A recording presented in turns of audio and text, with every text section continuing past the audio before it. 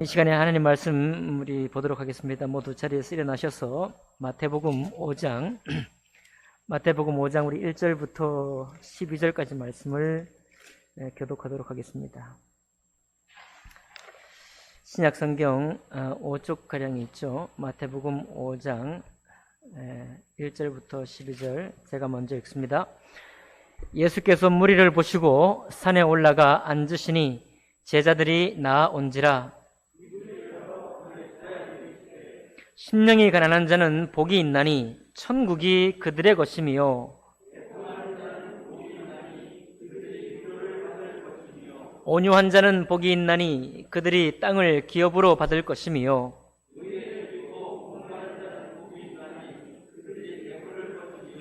긍휼히 여기는 자는 복이 있나니 그들이 긍휼히 여김을 받을 것이며,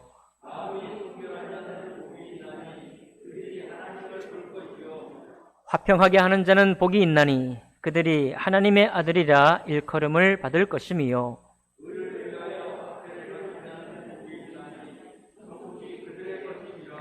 나로 말미암아 너희를 욕하고 박해하고 거짓으로 너희를 거슬러 모든 악한 말을 할 때에는 너희에게 복이 있나니 기뻐하고 즐거워하라.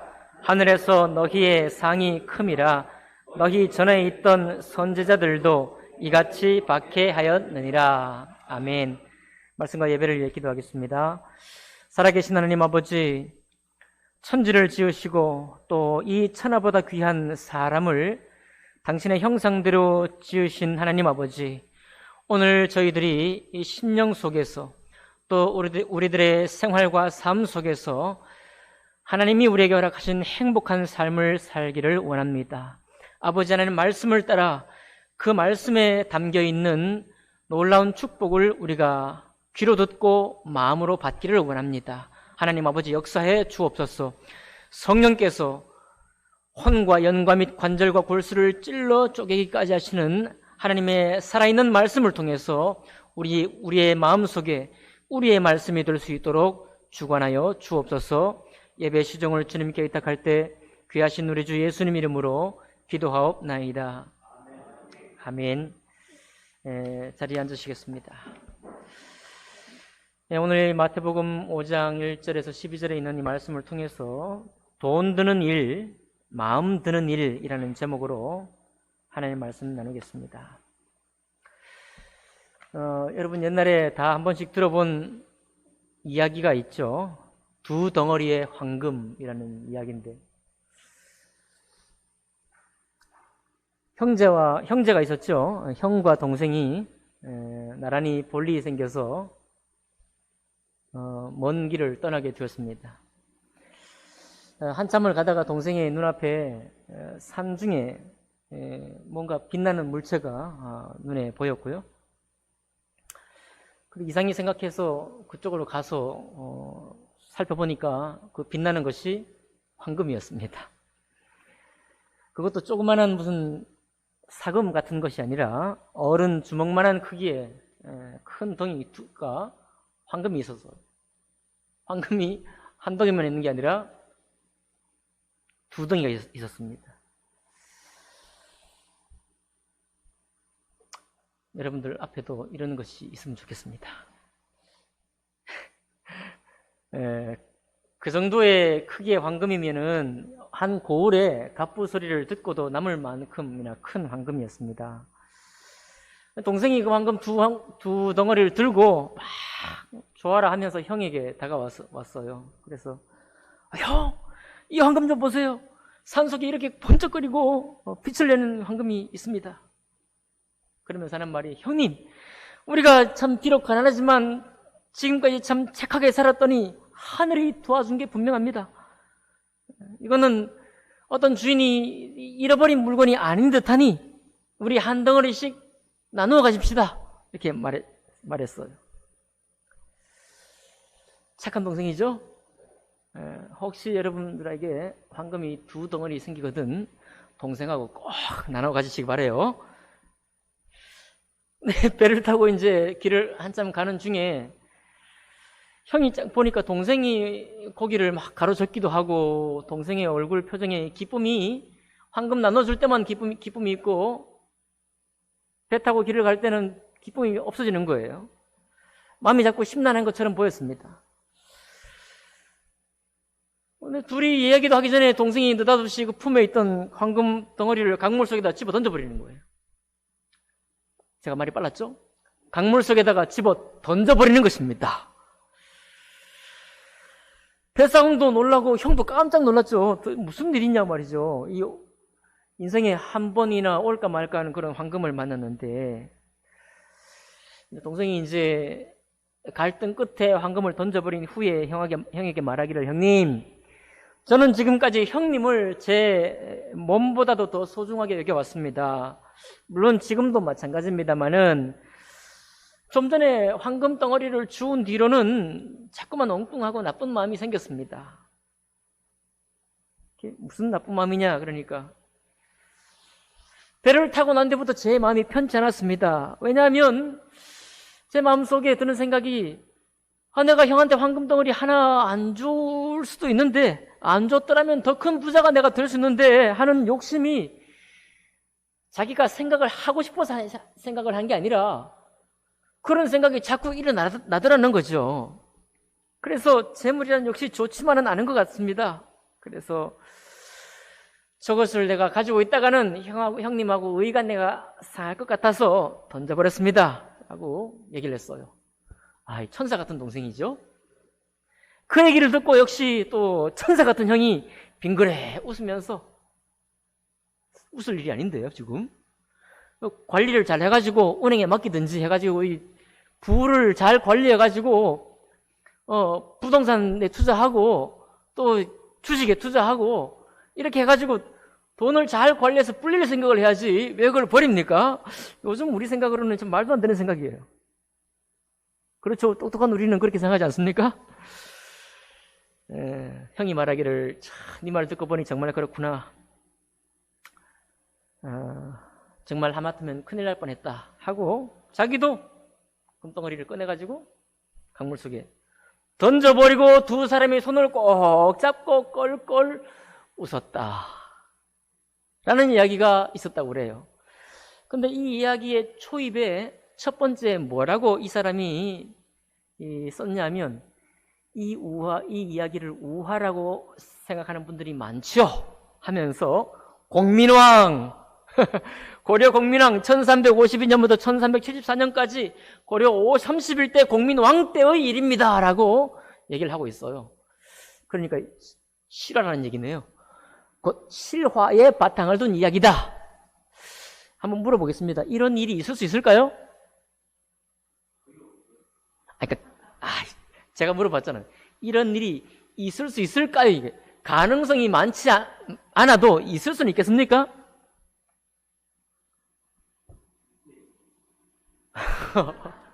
억지춘향이시군요. 네. 전혀 없으리라고 생각하시죠? 현대인의 마음이에요. 오늘날 우리 부의 관리, 재테크, 이것이 그냥 삶 속에 배어있는 우리들은 이게 도대체 통하지 않는 이야기예요. 그러나 사실 우리가 그렇게 생각하지만 여러분과 저도 이미 이런 일을 하고 있습니다. 뭐 대단한 일은 아닐지라도 여러분 형제간에 의상하지 않기 위해서 나의 가지고 있는 얼마간을 이렇게 무상으로 준다거나, 아니면 의가 상하지 않고 잘 걸어가기 위해서 나의 재산 얼마간을 이렇게 좀 해준다거나, 이런 일을 우리가 하고 있죠. 해왔습니다. 비록 우리 가정사에 있는 일이긴 하지만, 그러나 또 그렇지 않죠. 우리가 또 교회 밖의 사람들을 위해서 우리가 벌어서 내 주머니에 있는 것이지만 또 얼마간을 떼어서 구제하기도 하고 또 선교하기도 하고 있으니까, 물론 우리가 할 수 있는 범위 안에서 그런 일을 하는 것이긴 하지만, 그러나 우리도 얼마간 주님 안에서 우리가 나누고 또 함께 섬기고자 하는 삶을 또 살고 있습니다. 그러니까 아주 없는 일은 아닌 것이죠. 그런가요?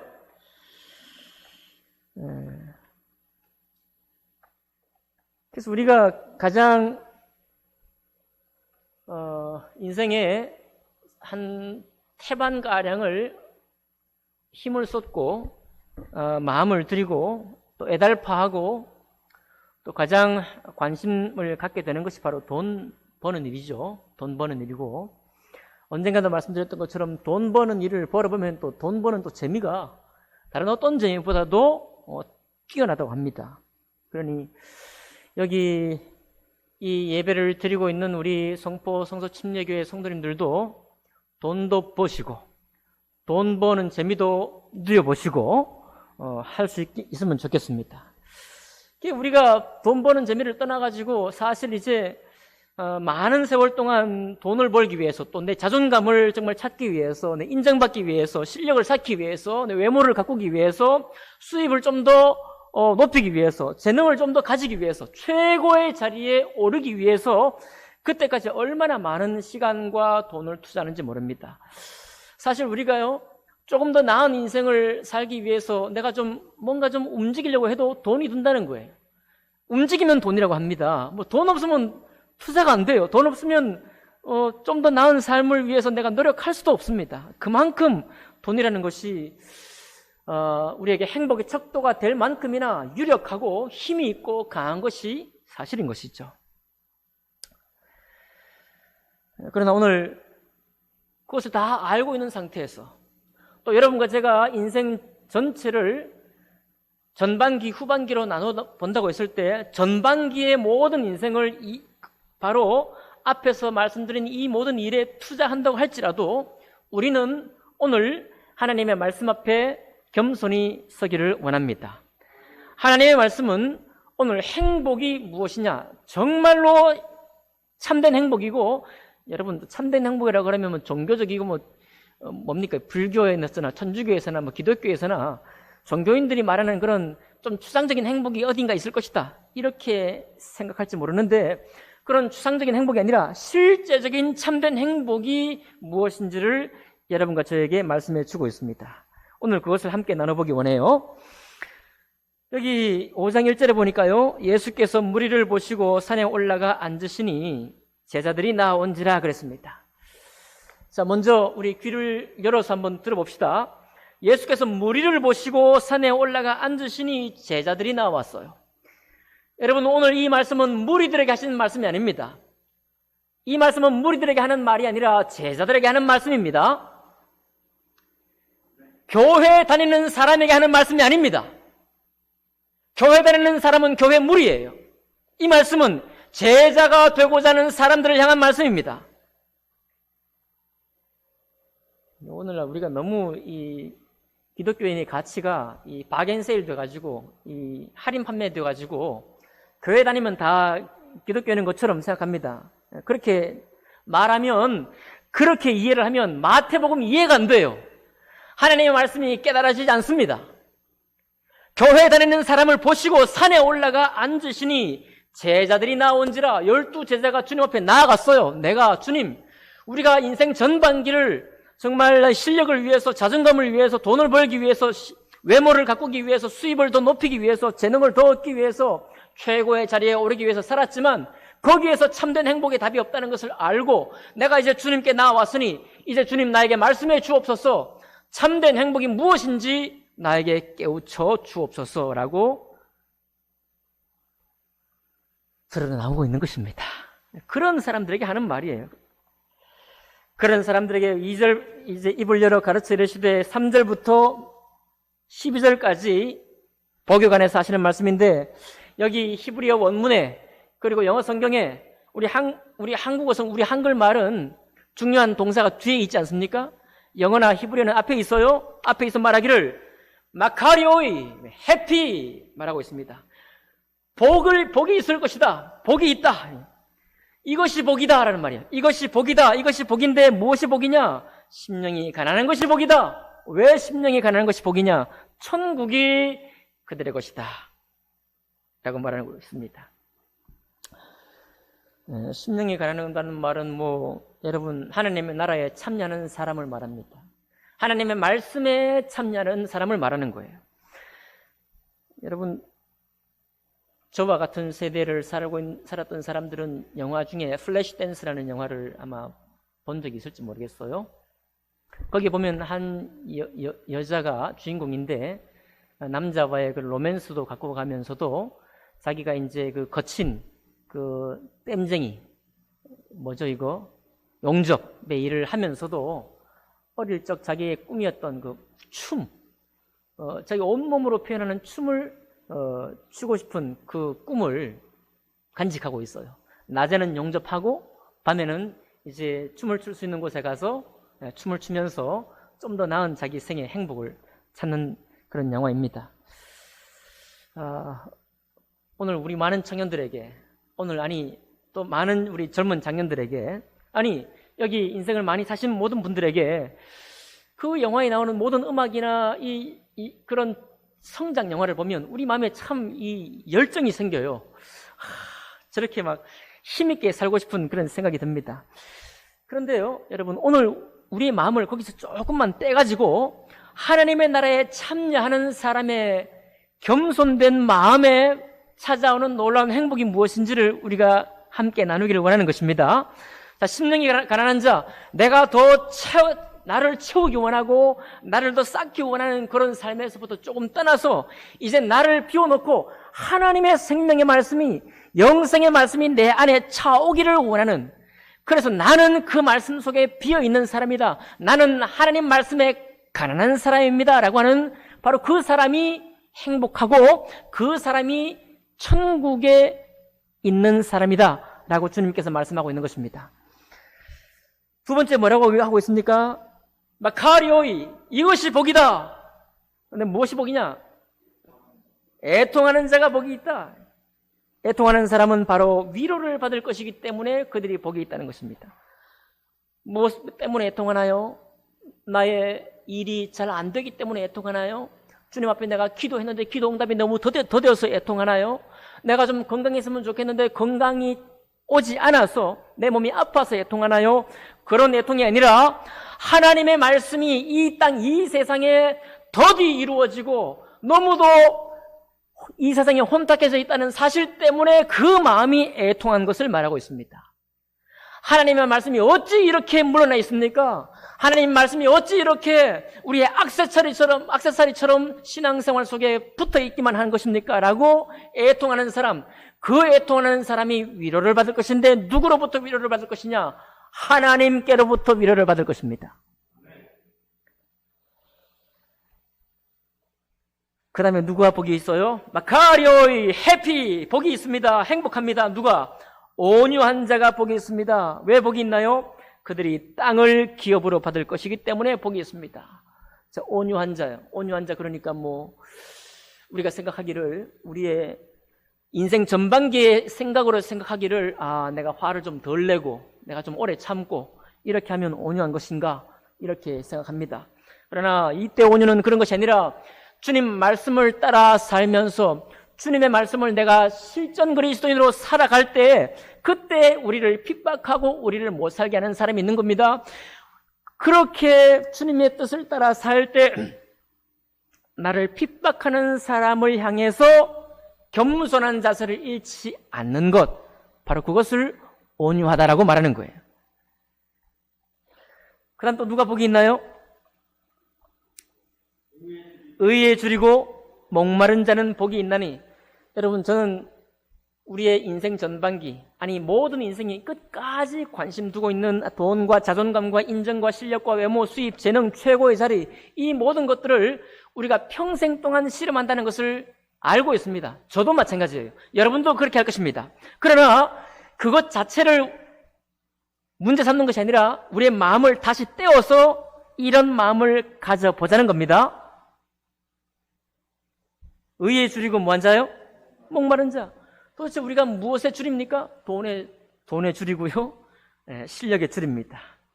우리가 무엇에 목마르죠?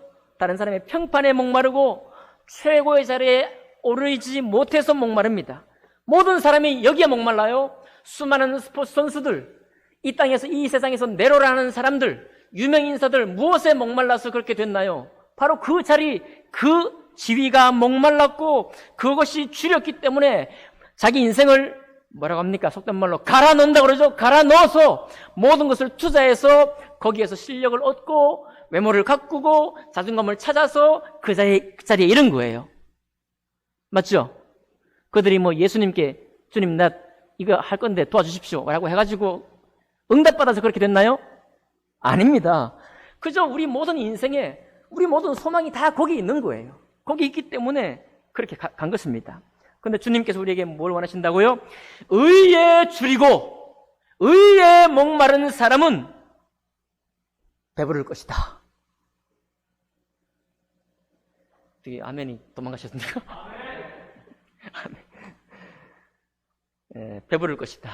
하나님께로부터 배부를 것이다. 여러분, 말씀이 충만해서 밥을 먹지 않아도 배부른 그런 경험이 있나요? 은혜가 충만해가지고 배가 고픈 것을 잊어버린 그런 경험이 있나요? 그런 경험이 있는 것입니다. 의에 줄이고 목마른 자는 복이 있다. 바로 그 사람이 행복하다라고 하나님은 말씀하고 있는 것입니다. 세 번째, 그 다음에 몇 번째, 그죠? 한 번, 둘, 셋, 넷, 다섯 번째. 7절 뭐라고 하고 있습니까?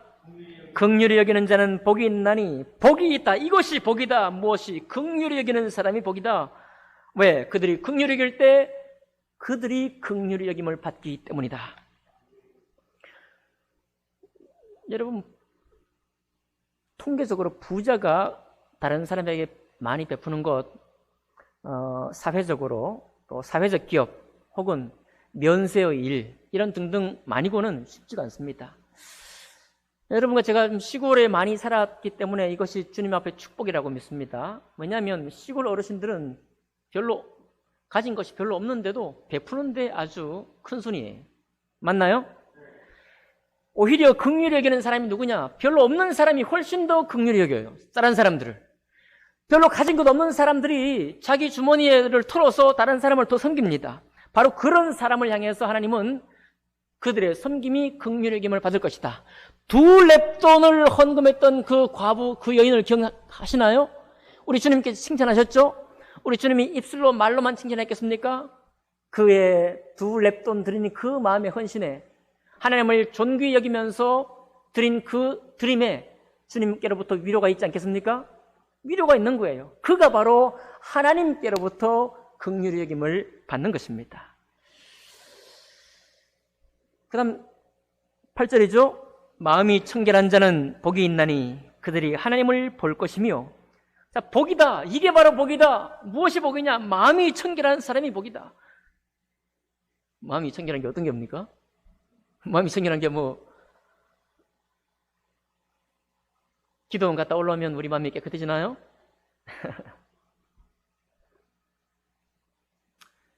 우리가 이 두 사이에 끼어 있습니다. 그래서 제가 다시 고백하건대 우리 모두는 돈과 자존감과 실력과 인정과 외모와 수입과 재능과 최고의 자리에 모든 좋은 평판을 얻기 위해서 앞으로도 계속 살아갈 것입니다.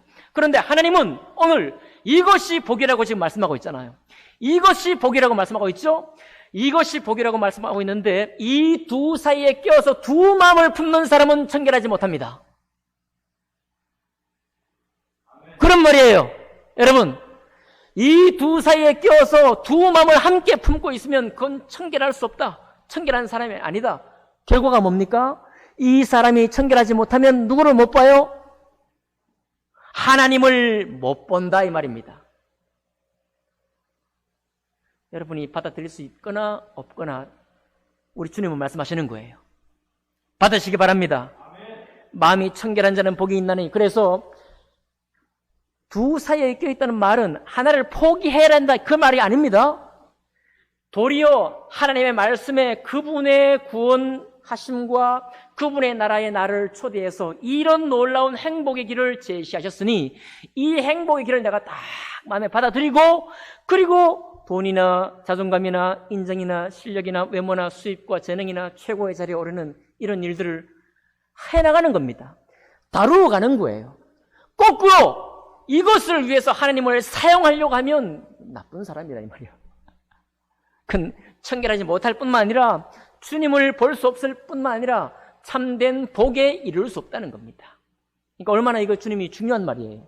얼마나 하나님께서 우리의 심령의 상태를 아시고 전곡을 찔러서 우리를 참으로 복되게 하기 원하는 말씀입니까? 여러분, 마음이 청결한 사람이 복이 있습니다. 그것이 복입니다. 그러니까 괜히 어디 산에 들어가가지고 새 속에 찌들었던 마음을 깨끗이 하고 내려오겠다. 쓸데없는 일을 하지 마십시오. 기도는 요즘은 가지도 않지만 뭐 어디 마음 수련은 이런 데 가가지고 마음을 착 내려놓고 와야지. 그렇게 깨끗해지는 게 아니에요. 다 거짓부렁입니다. 그것은 전부 다. 오직 하나님 말씀에 내 마음의 뿌리를 내리는 것, 그것이야말로 마음이 청결한 사람인 것입니다. 그 다음에 무엇이라고 하고 있나요? 9절입니다. 화평케 하는 자는 복이 있나니 그들이 하나님의 아들이라 일컬음을 받을 것이며 마카리오이 해피 복이다. 이것이 복이다. 이것이 복이다. 무엇이 복이냐? 화평케 하는 자가 복이다. 주님은 우리를 갈 때까지 지금 몰아붙일 때까지 몰아붙이시죠? 여기서 말씀하고 있지 않지만 조금 뒤에 가보면 원수를 사랑하라 이렇게 말씀하고 있잖아요. 그렇죠? 우리가 좀 힘들어하는데 어쨌든 하나님과 화목케 하는 그 일, 그리고 사람과 사람을 주님의 말씀 가운데로 화목케 하는 일, 바로 화목케 하는, 화평케 하는 그 사람이 하나님의 아들이라 일컬음을 받을 것이고 바로 그 사람이 행복하다라고 말하고 있습니다. 사실 우리가 힘들어서 그렇지 우리 이 땅에 살면서도 그런 어떤 순간순간들을 우리가 맛을 봅니다. 아주 맛을 못 보진 않아요. 맞죠? 우리가 여러분 부모님들이 형제간의 우애가 최고라고 말해요. 항상 우리 부모님들이 소천하시기 전에, 돌아가시기 전에 제일로 쳐주는 게 뭐냐면 니네 좀 우애 있게 사는 것, 나에게 그것밖에 소망이 없다라고 말하잖아요. 우리 부모님이 하나님이십니까? 아니죠. 그래도 부모님이 봐도 형제간에 형통하고 형제간에 화목하는 것만큼 그 이상 바랄 만한 게 없는 거예요. 주님도 똑같습니다. 그러니 우리가 사실 몰라서 안 하는 것도 아니고 정말로 모르지도 않습니다. 다만 쫓겨서 밀려서 몰리다 보니까 거기에 주목을 하지 못할 뿐이에요. 그러나 주님 분명히 말씀하고 있습니다. 화평케 하는 자는 복이 있나니 그들이 하나님의 아들이라 일컬음을 받을 것이다. 속으로 아멘하고 계시죠? 10절을 보니까요, 의를 위하여 핍박을 박해를 받은 자는 복이 있나니 천국이 그들의 것이니라. 자, 마카리오이 해피, 이것이 복인데 무엇이냐? 의를 위하여 박해를 받는 사람이 복이 있다. 참 말도 안 되는 얘기예요. 여러분과 제가 남들한테 꾸이지 않고 남들한테 업신여김을 받지 않고 그래도 인정받는 사람으로 살기 원하지, 이 중에 누가 박해를 받는 것을 원합니까? 11절 가면 더해요. 나로 말미암아 예수 그리스도와 복음으로 말미암아 너희를 욕하고 박해하고 거짓으로 너희를 거슬러 모든 악한 말을 할 때에는 너희에게 뭐가 있나니? 뭔 복이 있어요? 괴로움만 있지. 아니 주님, 내가 주님을 위해서 이렇게 일하는데 왜 더 좋은 멋진 집으로 아름다운 곳으로 주어도 정말 가당찮을 판에 왜 내가 욕을 사서 내가 얻겠습니까? 왜 내가 욕을 먹어야 합니까? 왜 내가 박해를 당해야 됩니까? 왜 내가 다른 사람에게 저주를 받아야 됩니까? 왜 내가 다른 사람에게 손가락질을 받아야 됩니까? 여기 인생 전반기 첫 번째 인생의 목표를 가지고 있는 사람 중에 단 한 사람도 이것을 목적하거나 이것을 소망하는 사람은 한 사람도 없습니다. 우리 중에 아무도 이것을 소망하는 사람 없어요. 그러나 주님은 그렇게 하셨습니다. 주님은 그 일을 당하셨습니다. 주님의 제자들도 그 일을 받았습니다. 그리고 오늘 여러분과 저에게도 하나님께서 이 말씀으로 이것이야말로 복이라고 말씀하고 있는 거예요. 그러면서 12절에 뭐라고 합니까? 우리가 지금 괴로워 죽을 판에 기뻐하고 즐거워하라. 하늘에서 너희의 상이 큼이라. 너희 전에 있던 선지자들도 이같이 박해하였느니라.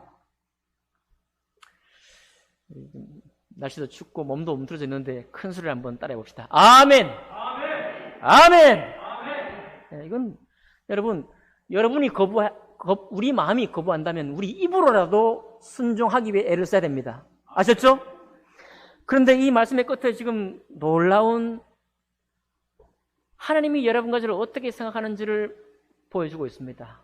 아까 시작하던 1장 1절에도 뭐라고 그랬어요? 무리가 나오는 걸 보고 무리를 보시고 산으로 올라가 버리시고 거기에 따라오던 제자들에게 말했죠. 그런데 이 다 끝나고서 우리는 괴로워서 그 길로 가고 싶지 않은데, 돈도 벌고 싶은데, 더 인정받고 싶은데, 더 많은 최고의 자리에 앉고 싶은데, 기뻐하고 즐거워하라고 말씀하시면서 너희 전에 있던 선지자들도 이같이 박해하느니라 라고 말하고 있습니다. 이게 무슨 말입니까? 여러분과 저를 선지자급으로 보는 거예요. 여러분, 주님 말씀을 따르겠다고 나온 제자들은 누구냐? 구약 성경의 선지자들이라고 말하는 것입니다. 아멘 합시다. 여러분, 그러니까 자꾸 도망가려고 하면 안 돼요. 자꾸 내 상식으로 하나님 말씀을 덮어버리면 안 됩니다. 내가 살기 원하는 내 주변의 그리스도인의 그런 시각 가지고 오늘날 모든 수많은 말씀의 사역자들이 하나님 말씀을 가지고 오늘날 여러분이 살펴보는 우리의 성도와 친구들을 보는 눈으로 그냥 맥없이 바라보면 안 되는 거예요. 하나님은 우리를 선지자로 세우기를 원합니다. 우리를 제자로 부르기 원하는 거예요. 왜 무리를 거절하시고 산으로 올라갔을까요? 무리는 못 따라옵니다. 그러니까 여러분, 많은 사람들에게 동의를 받아서 제자하려고 하면 제자 못해요. 많은 사람들이 나를 인정해 줄 만한 수준에서 제자를 하고 싶다, 내가 주님을 따르고 싶다, 천만의 말씀이에요. 아무것도 안 됩니다. 주님은 우리보다 지혜로우신 분입니다. 맞죠? 그 지혜로우신 분이, 능력 많으신 분이 무리 전체를 왜 제자로 못 만듭니까? 안 되는 거예요. 무리는 안 됩니다. 여러분, 우리의 욕망이 나 혼자 있을 때도 강한데 두 사람의 욕망만 붙어도 이게 힘이 강해져 가지고요, 말씀을 튕겨냅니다. 하나님을 거절하기 시작하는 거예요. 무리가 되면 더 강한 힘이 생깁니다. 여러분, 그래서 기독교인이 많아진다고 좋아할 거 하나 없습니다. 한국이 1000만 그리스도인이라고 기뻐할 거 하나도 없어요. 요즘 줄어가지고 700만, 600만 그렇게 말하고 있지만은, 여러분, 무리가 더해질수록 힘은 강해지는 것이 아니라 약해지는 거예요. 도리어. 그래서 주님이 너무 잘하시는 겁니다. 주님이 너무 지혜로우신 분이시기 때문에요, 무리를 다 물리치고 찾아온 제자들을 향해서 무리는 받을 수 없는 말씀을 지금 선포하고 있는 것입니다. 그러니 오늘 현장에 나와 예배 드리시는 여러분, 오늘 가정에서 송포 성서 침례교회 이름으로 예배 드리고 있는 여러분, 이 말씀을 입을 크게 벌려서 아멘으로 받으시고, 지금까지 나의 삶이, 나의 신앙이 어떠했든지 간에 주님이 과연 이것을 진실되고 진리로서 우리에게 말씀하셨구나 라고 깨달으시기를 바랍니다.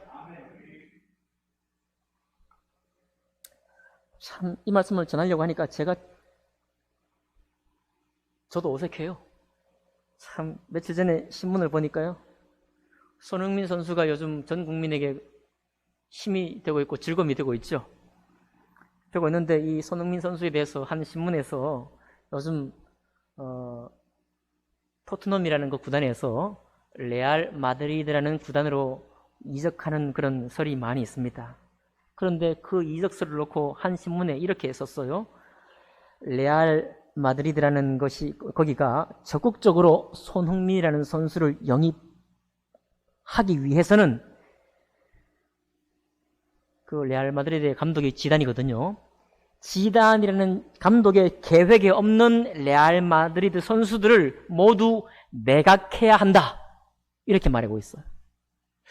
제가 옛날에도 굉장히 좀 어색했는데 요즘은 이제 익숙해져 있습니다. 매각한다는 거예요. 선수들을 사고 파는 것이죠. 자발적인 노예는 아니지만 어쨌든 선수들을 사고 파는 것, 선수들의 주가를 올리고 자기 가치를 올리고 자기를 피하라고 자기 실력을 높여가지고 자기를 상품으로 내놓는 것이 이제는 자연스러운 시대예요. 그리고 우리도 마찬가지 아닙니까? 여러분과 제가 만약 어떤 구단주가 되어보세요. 똑같은 돈으로, 똑같은 비용으로 더 좋은 승률을 얻기 위해서 선수들을 사고 파는 게 상식이에요. 상식입니다, 상식. 그렇게 돈을 써야 돈을 잘 쓰는 거고, 돈을 잘 관리하는 거고, 효율 있게 쓰는 거고, 맞죠? 돈을 똑똑하게 쓰는 거예요.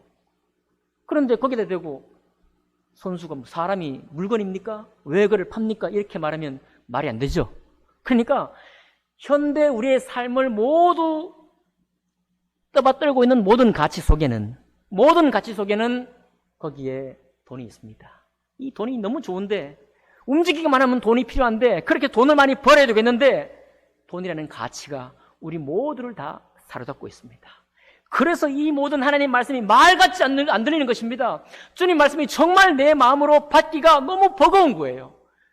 그러나 오늘 여러분 받읍시다.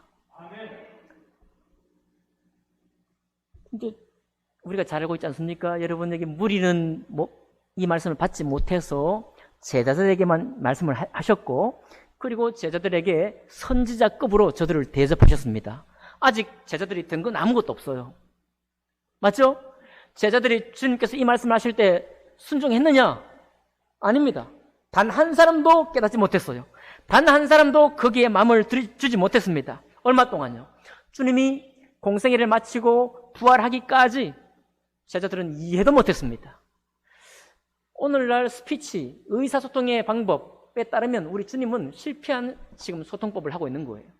잘못된 말씀을 지금 전하고 있는 것입니다. 아니, 반발짝, 반걸음, 따라갈 수 있도록 이 코치를 하셔야지, 따라가지도 못하는 코치를 하면 어떻게 하란 말입니까? 우리가 예수님도 아니고. 그렇죠? 우리가 그런 생각이 우리 속에 나오는 겁니다. 여기, 우리 모두에게. 근데 왜 주님이 커뮤니케이션의 방법에도 없는, 원래도 안 맞는 그런 말씀으로 제자들에게 뜬금없이 앞으로 3년 반 동안이나 깨닫지도 못할 제자들에게 왜 이런 말씀 하셨을까요? 따라합시다. 진리. 여러분, 진리는 자기를 굽히지 않습니다. 진리는 자기를 변질시키지 않아요. 진리는 변질도 없습니다. 그래서 들을 수 있다, 들을 수 없다와 상관없이 진리는 그대로 선포하고 증거하는 것입니다. 그럼 어떻게 해야 됩니까? 여러분과 저도 지금 도저히 안 되겠습니다. 도저히 못 따라가겠어요. 라는 마음이 굴뚝 같은데 어떻게 해야 됩니까? 너무너무 걱정하지 마십시오. 우리가 추구하는 바, 우리가 힘쓴 바를 계속 힘쓰시기 바랍니다. 그러나 먼저는 이 말씀이 이것이 행복이라는 것을 먼저 듣고 일단 받으시길 바라요. 왜냐? 제자들도 못 배웠다니까요. 제자들도 이 말 들을 때 여전히 못 배웠습니다. 자기들이 생업을 버리고 배를 버려두고 그물을 버려두고 주님을 따라왔지만, 주님을 따라왔을 때만 해도 뭔 생각으로 따라왔는가 하면 삶이 너무 고통스러운 거예요. 그러니까 정말 어디 산속에 가서 좋은 나라 얻듯이 정말 이스라엘 나라가 해방되고 우리가 좀 더 개선된 삶을, 정말 지금보다는 정말 더 달라진 삶을 살고 싶은 대충 그런 것 가지고 나온 거거든요.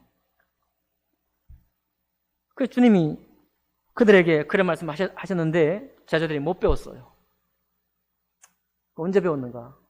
주님 부활하시고, 그리고 정말로 성령의 침례를, 성령의 은혜의 침례를 다시 받고, 그때 제자들이 이 말씀들을 기억해냈습니다.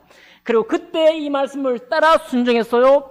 베드로도 순종했고, 사도 바울도 순종했고, 집사 스데반도 순종했고, 그리고 12제자 전부 다 순종했고, 그리고 그 선지자들, 그 사도들의 후예가 오늘날까지 여기 내려와서 여기 교회를 세우고 있는 것입니다.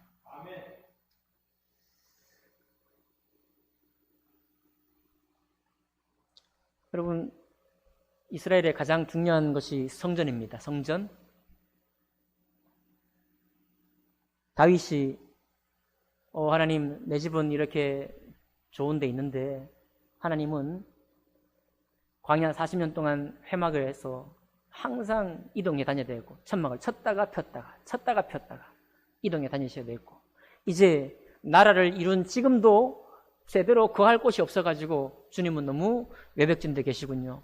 내가 당신을 위해서 집을 짓겠습니다. 내가 성전을 짓겠습니다. 라고 사무엘하 7장에 기도를 해요. 그 기도를 하니까 주님께서 뭐라고 한지 아십니까? 뭐라고 했냐면, 내가 내 집이 없을 때 내 집이 없어도 그때 광야에서 너희들 인도했고 이스라엘 나라에 집을 세웠고 다윗아 내가 너의 왕위를 지금 세우고 있고 너의 가문의 왕위가 앞으로 영원히 계속될 것을 내가 지금 짓고 있다라고 말씀했어요. 그 말은 뭐냐면 다윗이 지금 하나님을 위해 성전을 지으려고 하는데 다윗아 나는 그게 필요 없다 그 말이 아니라 하나님이 다윗을 위해 이미 집을 짓고 있는 겁니다. 여러분과 제가 나의 집을 짓고 나의 집을 완성하기 위해서 내 삶을 좀 더 안전한 터전 위에 세우기 위해서 지금도 수고하고 있죠? 네, 앞으로도 수고하시고 저도 수고할 겁니다. 그러나 기억하십시오. 하나님께서 우리를 애통히 여기시고 긍휼히 여기시고 또 우리에게 위로를 주시고 땅을 기업으로 얻게 하시고 천국을 보게 하시고 하나님을 보게 하실 때 그때가 무엇이냐? 우리가 주님의 말씀을 위해서 하나님의 나라에 참여할 때 그때 하나님이 여러분과 저의 집을 지어주시고 아닙니까?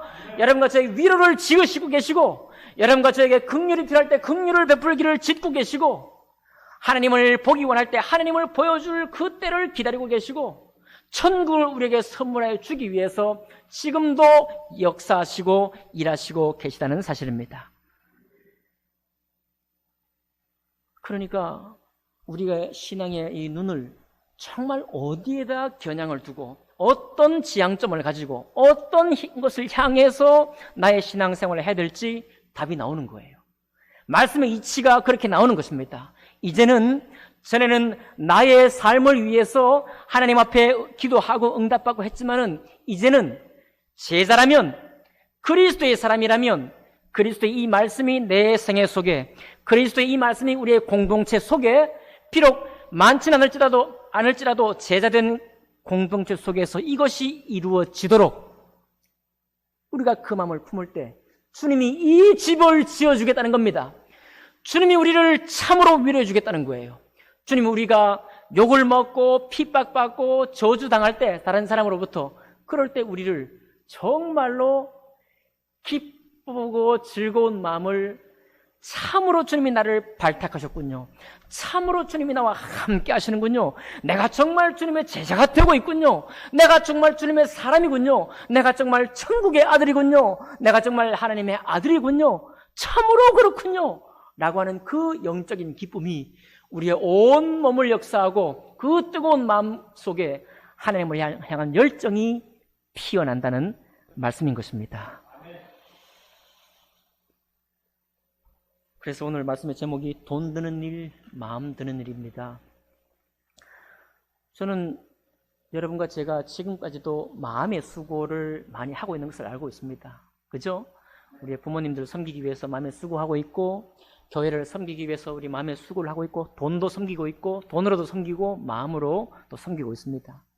다만 일반 사람들은 정말 마음 드는 일을 힘겨워하고 우리도 좀 때로 힘들 때가 있지만은 하나님 말씀을 우리 속의 것에 나의 것으로 취하기 위해서 드는 수고는 좀 더 강할 것입니다. 반대도 강할 것이요. 내 마음이 벌써 반대할 수도 있을 것입니다. 그럴 때 마음 드는 일을 계속해서 진리의 말씀을 받으시면서 수고해 갈 수 있기를 바랍니다. 여러분, 그래서 의로운 삶하고 돈을 드는 삶, 돈을 버는 사람은 삶이라는 건 항상 같이 있기 싫어해요. 이것은 항상 벌어지려는 경향이 있습니다. 그런 속성이 있어요. 우리가 다쳐 상처가 나면 이 살이 벌어져요. 놔두면 그냥 벌어집니다. 어떻게 해야 되죠? 바늘로 억지로라도 기워 넣어야 합니다. 그러면 일주일 뒤에는 붙어요. 열흘이 지나면 다시 충격이 와도 벌어지지 않습니다. 그러나 여러분, 일주일 만에 막 아물었다 싶을 때 충격이 오면 또 벌어져 버리는 거예요. 여러분, 바늘로라도 기워 놓아야 합니다. 우리 아직 깨닫지 못했을 때라도 바늘로 기워 놓아야 돼요. 여러분, 일주일 지나면 딱 달라붙는 살처럼 그렇게 기워 놓아야 됩니다. 우리 또 침 담글 때요, 깻잎 담그고 담글 때 물 밖으로 물 위로 올라오지 못하도록 돌을 위에 지그시 눌러놓죠. 돌을 또 지그시 눌러놓아야 됩니다. 항아리에 담긴 그 깻잎이나 콩잎이 물 밖으로 빠져나오지 않도록 지그시 눌러 놓아야 합니다. 그러면 언젠가 주님께서 내 마음속을 역사하시고, 정말 네 마음속에 나를 사랑하는 마음이 있구나. 정말 내 나라를 위해서 정말 섬기고자 하는 그런 마음이 있구나. 이렇게 네 삶이 팍팍하고 강팍하고 어려운데도 불구하고 나를 향한 하나님의 의로움을 향한 소망이 있구나. 그것을 보시면서 우리의 모든 것을 챙겨가기 시작한다는 말입니다. 주님은 9번이나 말씀하셨어요. 마카리오이, 이것이 복이다. 이것이 복이다. 이것이 복이다. 그러니 하나님께서 우리를 불러서 당신의 나라를 맡기시고 이 진리의 말씀을 맡기신 이 말씀을 오늘부터 진심으로 받으시기를 바랍니다. 이제는 주위 사람 둘러볼 필요가 없습니다. 둘러보면 오염돼요. 여러분, 둘러보면 내가 타락합니다. 둘러보면 내가 타락하고도 몰라. 그리고 내가 정상이 되고 말아요. 로마서 말씀 기억하시죠? 저희가 이런 죄를 범하는 사람들은 사형에 해당하지만 계속 행할 뿐만 아니라 자기들이 옳다고 하느니라 그랬어요. 우리가 다 똑같은 사람이니까요. 만약 이 말씀 앞에 우리의 마음을 뜻을 두지 않는다고 한다면 우리 스스로 우리를 옳다 여기고 우리를 합리화시키고 우리가 주님의 사람인 것처럼 그렇게 살게 될 것입니다. 저는 여러분과 제가 그렇게 되기를 원하지 않습니다. 여러분, 우리는 제자가 되기 원합니다. 우리는 선지자급으로 살기 원해요. 주님과 함께 동행하는 사람으로 살기 원합니다. 결단코 무리로 남아있지 마시기 바라요. 결단코 무리 속에 숨어 들어가지 마시기 바랍니다. 그리고 주님 앞으로 툭 나오십시오. 주님 앞으로 나오십시오. 말씀 앞으로 나오십시오. 말씀 앞에 여러분의 마음과 생각을 투자하시기 바랍니다. 바로 이 마음 드는 일에 우리가 함께 해나갈 때 주님께서 다윗의 집을 영원히 지켜 보존해 주기로 지어주신 것처럼 모든 안위를 베풀어 주신 것처럼 여러분과 제 삶 속에 안위와 위로와 긍휼과 천국을 예비하고 이 땅에 사는 동안에도 맛보게 하실 것입니다. 기도합시다.